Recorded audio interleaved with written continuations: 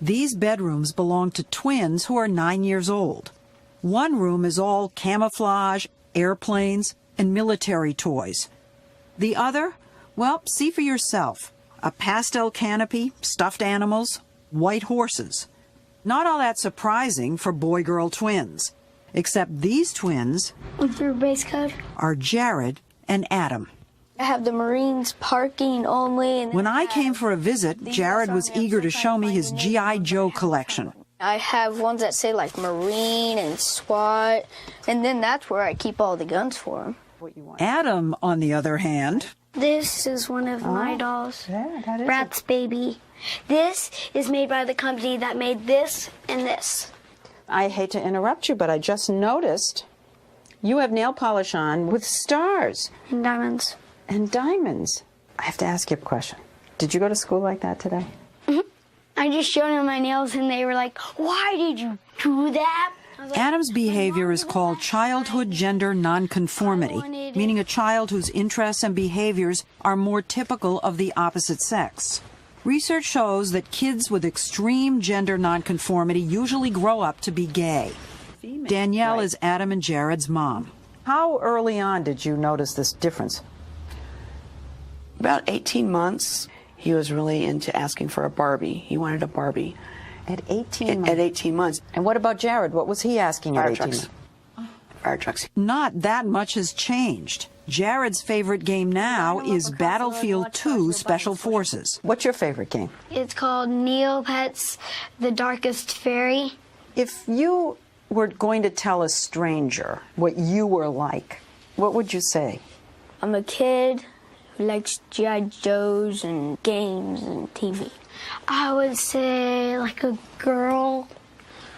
You would say, I'm like a girl? That's what you would say? Why do you think that is? Michael Bailey, a psychology professor at Northwestern University, is a leading researcher in the field of sexual orientation. They've grown up in the same house. They've been treated the same way. To me, cases like that really scream out, hey, it's not out there, it's in here. There's no indication that this mother is prone to raise very feminine boys because his twin is not that way. So you don't think it's nurture? I don't think that nurture is a plausible explanation. Psychologists used to believe homosexuality was caused by nurture, namely overbearing mothers and distant fathers. But that theory has been disproved. Today, scientists are looking at genes, environment, brain structure, hormones. There's one area of consensus that homosexuality involves more than just sexual behavior. It's physiological. If you can spot a child's future sexual orientation before he even knows he has one, doesn't that prove it's genetic? Studies have shown that homosexuality runs in families, so genes must be the answer. But then the researchers tell you identical twins can have different sexual orientations. We found Steve and Greg Lofts in New York. As identical twins, they had the same upbringing, have the same DNA, and yet Greg is gay and Steve is straight. When you meet people and they find out you're gay and you're not, what do they say? Are you sure? How can that be?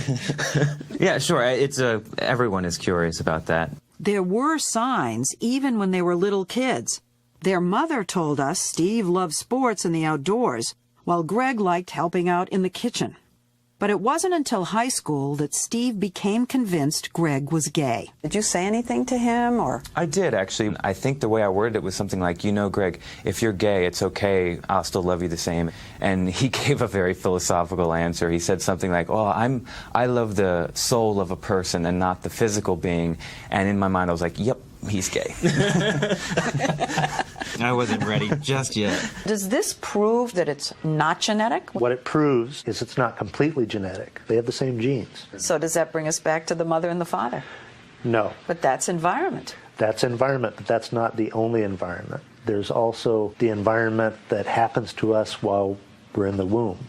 And scientists are realizing that environment is much more important than we ever thought it was. And this newborn rat pup, oddly enough, may hold important clues to what happens in the womb. Dr. Mark Breedlove at Michigan State University says he can take this male rat and make it behave like a female for the rest of its life, and vice versa for a female, just by altering the hormones it's exposed to right at birth. Because rats are born underdeveloped, that's roughly the same as altering a third trimester human fetus in the womb. But first, he said, I'd need a crash course in rat sex. He's a Romeo. He's Romeo. Ooh, look at him. Male rats like Romeo mount any rat that comes their way. In the mating process, the female, that's her being dropped on top of him, performs something called lordosis, where she lifts her head and rump. Now, what if Romeo here goes after a male? The male will seem profoundly indifferent. But Breedlove says he can change all that. He gave this female rat a single shot of the male sex hormone testosterone at birth. Now grown up, she will never perform lordosis. But this male rat will. Take a look.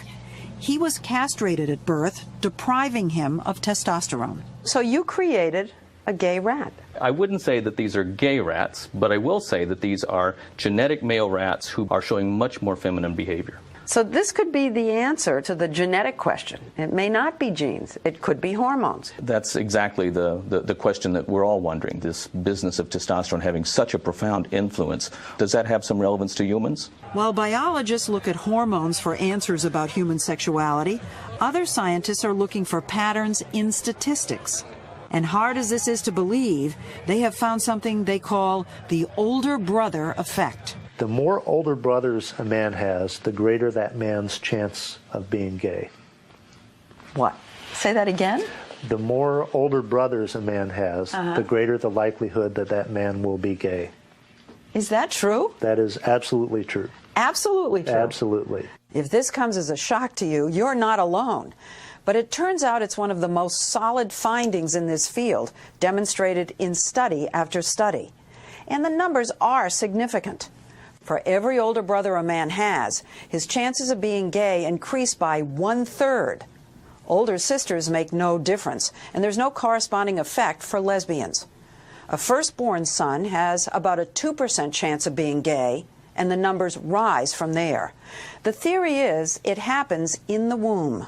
Somehow the mother's body is remembering how many boys she's carried before. The favorite hypothesis is that the mother may be making antibodies when she sees a boy the first time and then affect subsequent boys when she carries them in utero. You mean like she's carrying a foreign substance? And if you think about it, a woman who's carrying a son for the first time, she is carrying a foreign substance. Yeah. There are some proteins encoded on his Y chromosome that her body has never seen before, and that her immune system would be expected to regard as invaders. And so that's a theory. That's the theory. It's still not proved, and it gets even stranger. One of the things we've only found out lately is that older brothers affect a boy only if the boy is right-handed. If the boy is... Wait a minute. I know. If the boy is left-handed, if his brain is organized in a left-handed fashion, it doesn't matter how many older brothers he has. His probability of being gay is just like the rest of the population. You can give yourself a headache trying to apply all the theories to real people. Greg and Steve Lofts are both right-handed, and they do have an older brother, so maybe that's why Greg is gay. But they also have several gay relatives, which suggests it could be in the genes. Except where does that leave Steve? Adam and Jared, fraternal twins, have older brothers, but they're ambidextrous. And then there's the question of how something in the womb could affect one twin, but not the other. There are many more questions at this point than answers, but the scientists we spoke to are increasingly convinced that genes, hormones, or both, something is happening to determine sexual orientation before birth. Adam has come up with his own theory. I was supposed to be a girl in my mom's stomach, but my mom wished for all boys, so I turned into a boy. Do you wish you were a girl? You do? Uh-huh. Do you think there was anything that you could have done that would have changed Adam?